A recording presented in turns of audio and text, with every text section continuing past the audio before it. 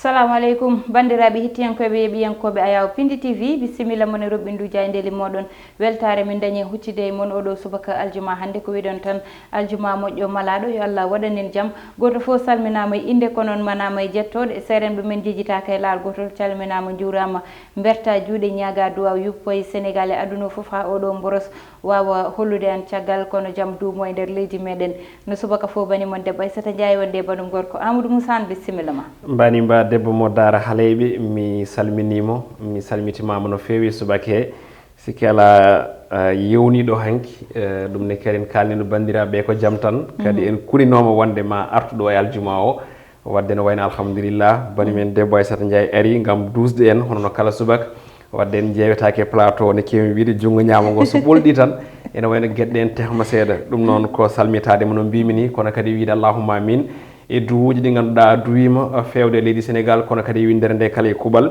ko wona ɗum kono gowɗen wiide kala subaka tan bandiraɓe caggal bisimilla ko wideɓe assalamu aleykum wa rahmatullahi taala wa barakatuhu waaleykum salam wa rahmatullah jarama e bismowol ngol ko ɓuuri tengtude hande Aissata ene jeeya ko ɓuuri tengtude e roɓindo men jayendeji ne wayno ko ha jonde ko gueɗe seppoji ɗi ganduɗa ɗi ndewino ɗo e leydi men Sénégal bonande muɗum ene wayno koye ɓeeto wona kono kadi koye fewnidde ko kala ko bonnano ko ɗum jeeyi sababu noon joga e jayendeji garti hen kono kadi ɗi jejjitani conférence de presse woni kuccam maître Elhadji Diouf hanki hucciɗo no e jayendeyankoɓe leydi Sénégal noon tigui jayende le Soleil udditidama ko noon Aissata haade men arde jayende eɗen kemno kabaru guel hanki ñalawma ne wayno ko ustari nene Astou Boli mo ganduɗa ko joom suudu ceerno Mansour Balo toon to Mbour tigui ɗum ɗon noon o hawri ladial ko hanki no mbiɗen ni toon to Mbour ɗum ɗon noon ina saabo nelden duwaw dendagal ɓesgu makko ɓesgu baronaɓe toon to Mbour kono kadi e ɓesguji ceerno Ahmad Tidiane Ba toon to Madina Gounass nde tawno ko galleji ɗiɗi jiidude nene e jiidi baba e on tuma noon eɗen mbiya tan yo Allah watton fofsorde makko kanko nene Astou Boli e dendagal mayɓe julɓe kala allahumma amin yo Allah yurmo yaafo amin ya rabbi ko wona ɗum natnen ko mbiɗa ko roɓindo men jayendeji jayende Le Soleil uddita damal e oɗo subaka jayende ari e ko yewti e bonande hewde yiyanode e seppoji ganduɗa ɗi ne wayno keeɓino leydi meɗen Sénégal ha ko ɗum jeeyi sababu noon ne wayno keɓgol ko yewti ko e carburant ne wayno manki no fewi e nder leydi ndi Sénégal e on tuma noon ɓe kolliti oɗo saaha mo kalaten laamu leydi Sénégal nana e pewnirgol ɗin ɗon station ngaji e service kemnoɗi bonnere ɗe tolnima e capanɗe jeeɗiɗi station ko hanki noon ne wayno jagoɗo tambiɗo gueɗɗe ganduɗa kañum woni hono ndelam kuɓɓam walla mbiyen ha joni pétrole kame ko nandi hen bisminoɓe ɓe ganduɗa kañumen gardi ko yewti e nden ɗon ɗin station ngaji bonnaɗi e on tuma noon ɓe kolliti wonde bonnugol ɗin ɗon station ngaji ɗi Aissata ne wayno ha joni ngakkere gartam tolnima e nogas ha nangui 30 woni 20 à 30%. jayinde L'Observateur nden ɗon ne jayinde arti e ko yewti e bonandeji ɗi ganduɗa teskanoma ɗo e leydi meɗen Sénégal e on tuma noon ɓe mbi tan koko wiyete damordi woni indemnisation to banggue ɓen ɗon ɓe ganduɗa ko keeɓi tigui ha joni heddade e kono kadi gañade e ɗin ɗon manifestation ngaji ɓe mbiɗe o saaha hande laamu ngu ma kay hokku ɗin ɗon damordi kono de ina jogui no waɗirte on ɗon saaha ɗum ɗon noon ɓe pammina bandiraɓeɓe e nder hello tati ha joyyi e nde jayinde wiyetede L'Observateur jayinde enquête colosse nden ɗon ne arti e ko yewti ha joni e gueɗe ɗe ganduɗa ɗe kay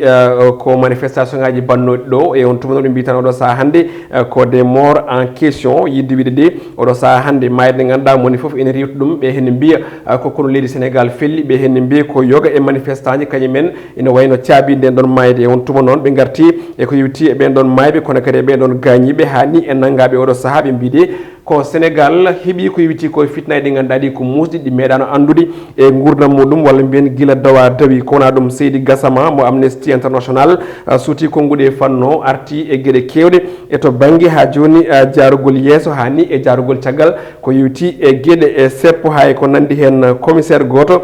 tawi noon ko jabanide dendagal hono dariɓe leydi Sénégal kollirɗo wonde yo yimɓe pamde kamɓe ɓe jogaki weltare ene wayno o fellude e yimɓe hani koɓe joɓo pittali mumen kono ɗum ko noon ɓe garti ha joni e fanno saabu kaɓe mbi darde mabɓe tan ko artirde jaam duumiɗo e deere e nder leydi men Sénégal jayinde L'As nden ɗon ne arti e ko yewti ɗin ɗon fitinaji kono ngol lawol de ɓe mbaɗi ko namdal ɗum ɗon noon ko sumgoji paari woni local kono kadi e subaɓe dental toon to assemblée nationale ɓe mbi tan de o saaha Ousmane Sonko woni koye ko ganduɗa ko woni wadde hoore muɗum ko ganduɗa ko woni tekkinde saraji muɗum ko wiyete coalition ngam wawde yaade ɗin ɗon sumgoji on tuma noon ɓe mbi tan ko défi ji politique ɗi Ousmane Sonko jogui ɗin ko nguɗi jaji ina tawe hello jeeɗiɗi nde jayde L'As quotidien kono ɗum ina tawe hen ko yewti ko e horeje leydi ndi Macky Sall bambuɗo juuɗe caggal sikela koye nder esplanade mo ganduɗa ko toon to galle lamborgo ngo tawete ko kamɓene kadi ɓe garti koko yewti ko e seppo janggo ngo tawi noon ɓen ɗon seppoɓe namdi ko yo ummoye pouvoir kono kadi assemblée nationale ne wayno fuuse e on tuma noon jayde wi ko ɓesgu ɗiɗi ne wayno o saaha hannde ɗurnima era mo ganduɗa ngo kañum woni mouvement on ɗon biteɗo MDD jayde quotidien et le quotidien nden ɗon arti e ko yewti e ɗin ɗon seppoji kono kamɓe mbi ko caggal apaisement woni tan artirde hakkillaji e deññude fitnaji ɗi ganduɗa ɗi kay ko pinde no noori e leydi meɗen Sénégal e o tuma noon ɓe mbi de so renaki gueɗe kadi jogori ko urɓitede ɗum je sababu noon ɓe mbi ko Ousmane Sonko suuti konngudi wiide yi en paam kala ko wawi arde e oɗo saaha mo kalten ko hoore leydi ndi Macky Sall kañum tekkiri o ndi so tawi kay o ha joni o accani ɓe ganduɗa kañumen gonimo ɓe noddiri hono les prisonniers e politique woni nanggaɓe sababude dawrugol kona ɗum maître Elhadji Diouf e kucca mum e jaydiyankoɓe hanki holliti wonde ma naw Ousmane Sonko e lawol tawi jeeyon sababu noon o tuumi ɗum koko wiyete ko hono tentative d'assassinat woni tan o yinno kay ko yoɓade fitandu makko ɗin ko guɗi jajine tawe e helle jeegom e nde jayde le quotidien jayde vox populi nde nerti on ɗon conférence de presse kuccame jaydiyankoɓe kanko avocat on ɗon Adji Sarr woni maître Elhadji Diouf ne waynode tumɗo Ousmane Sonko ko yewti ko e yinnode yoɓade fitandu muɗum ɗum ɗon noon o tugni ɗum ko wiide on ɗon neeli yimɓe e galle makko gonɗo ɗo e maris yo doppu ɗum kono kadi so tawinomo ɗon yooɓe jooɓo fitandu makko e on tuma noon o wi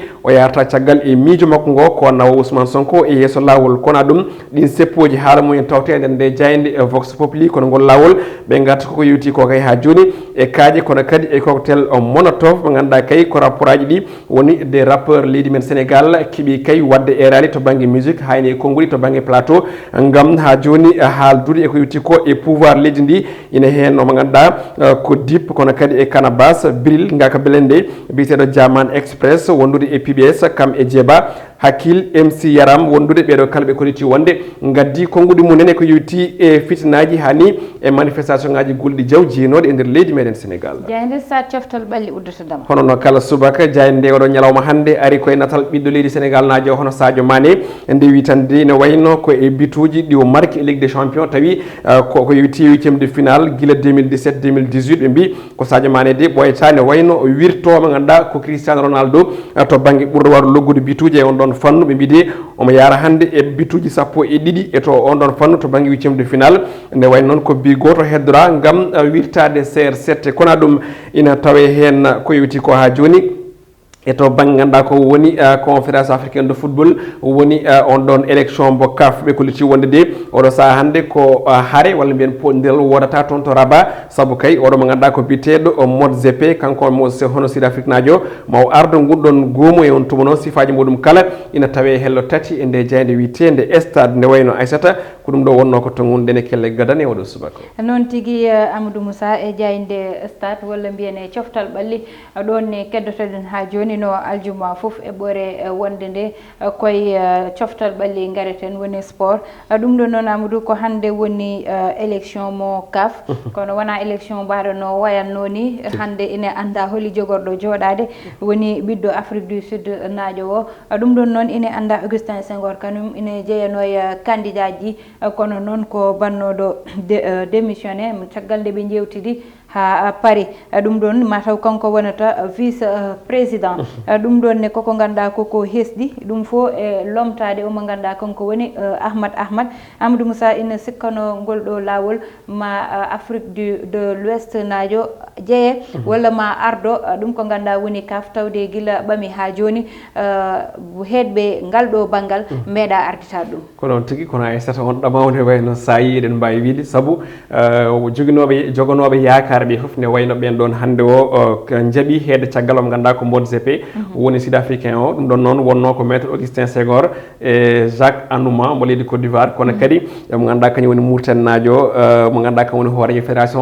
hono leydi Mauritanie e on tuma noon kamɓe kala ɓe jaaɓi kaldigal ngal FIFA ardi walla ngal yamiri yooɓe mbat ɓe mbabo caggal omo ganduɗa ko Motsepe beele kay football Afrique ne yaara yeeso wadde eɗen mbawi ɗamawa mo Afrique naaɓe e to banggue to manam to banggue hirnangue joguino e gardigo CAF CAF ɗum ɗon sayi kadi e nde hitande 2021 ɗum ɗon noon no mbiɗa ni ko hande tigui ɗin ɗon sumgoji mbaɗata kono ko sumgoji to banggue kelle wona to banggue carte saabu kaldigal ngal ko mbiyata ko hono protocole de Rabat ɗum ɗon haaldama guila ñande en kono kadi tengtinama jaɓodirama toon toon Nouakchott e ko ɓoyani ko toon toon nokku mo ganduɗa o kay ko bisminoɓe toon komo Ahmed Yaya mo kalden nani woni on ɗon candidat déclaré gonnoɗo mo leydi Mauritanie kono kamɓe foof noon ɓe mbaɗi retiré candidat ji mabɓe ɓe mbabima caggal MODGP ɗum ɗon noon Aissata ene holliri wonde no fanñanke goto banggue football wino ñande en ene wayno hono football africain manam woni football Afrique naaɓe ɗo sa renaki mbiyata ko politique ɓuuri hen nadde holko jeeyi on sababu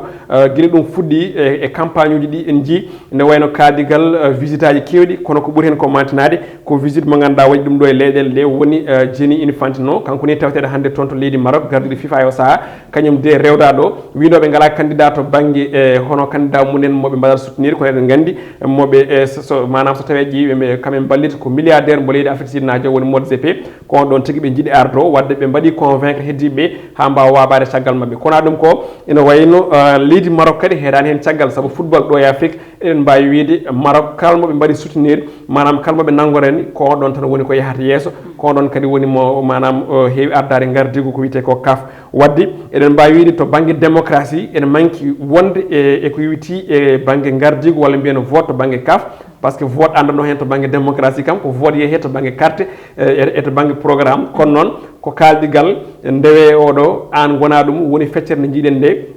woni kanko mo ganduɗa ko MODGP kanko ardoto mo ganduɗa ko biteɗo maître Augustin Senghor won cukko gadiɗo CAF woni manam rewe hen kadi mo ganduɗa kañum woni Mauritanie woni Ahmed Yaya mo ganduɗa kañum ne wonata ko deuxiéme vice président to banggue CAF wadde ko kaldigal ngal ganduɗa ngal nandirama kono kam to banggue yiyande sportif en kolliti won ɗum ala ko wiyete ko hono démocratie noon tigui Amadou Moussa beele min kam kadi ko ganduɗa woni to banggal développement sport e ɗum ɗon foof ɓe ƴetto ɓe mbatta ɗum tenir en compte saabu ene anda hande Afrique du Sud to banggal football eɓe mbaɗi avancé banggal club aji mabɓe foof eɓe mbaɗi avancé ɗo e Maroc ne ko noon won leyɗele kamɓe won leyɗele ɗe ganduɗa noɓe mbayi dadde ɓe ni yiyete koɓe dadiriɓe ko ne heewi ene jeeya hen leydi wanno Sénégal hande leydi wanno Guinée Gambie e ko way noon foof ko leyɗele ganduɗa hande yiyete to banggal gartame football ene anda stade uji Sénégal hewraki stade Amadou Moussa so stade de Léopold Sédar Senghor dañi probléme hande yehete ko ha Thiès te ɗum ɗon foof norme uji ɗi ha joni ine heddo e nder leydi meɗen banggue goɗɗo e goɗɗo kadi ko noon a haali joni kanko ɓi Afrique du Sud najo ko milliardaire beele ɗum ɗon kadi ƴettaka kadi en compte kadi ngal ɗon banggal woni banggal dañal makko pour no watta e kadi ko wawi wadde apportel ɗum ko ganduɗa woni CAF Amadou Moussa surtout aɗa andi en kaalinani nder konnguli meɗen mbiɗen normalement kamɓe les candidat ɓe keewi e wotanede koto banggue programme ko noon yarata e to banggue foof ɗum jiiɗa woni pelle bambiɗi to banggue football soit ko ɗo e Afrique woni CAF soit ko toon to banggue ko wiyete CONCACAF soit ko wiyete FIFA soit ko wiyete UEFA foof koto banggue ganduɗa ko woni programme jomum kono e profil neɗɗo no mbiɗani ɗum ne kadi aussi ne ƴeewe hen woni profil neɗɗo noon ɓe gardini koto banggue copreje kanko MODGP sa daari candidat ɗiɗo foof ɗi kalden ɗo henna ɓe fodirannoɓe kanko ɓuuriɓe copreje saabu kanko ko milliardaire donc eɓe jiiya wonde kanko wonde e gardigo CAF ɓurata foftindeɓe kadi ɓurata dejje hakkille saabu en gandi gollorɗe men ga e Afrique e gollorɗe to banggue football ne heewi jomumen ko tumete hono mbuñaari walla mbiyen ñamde copreje te kanko Ahmed mo kalɗa woni malgache o eɗen gandi gardiɗo café oɗo saaha mbo jogorani tawtere ɗiɗon sumgoji koko waɗa inculpé manam koko fawa junggo kono kadi waɗa suspendre manam yowa to banggue gollorgal FIFA sababuni tumede woni rewnude copreje manam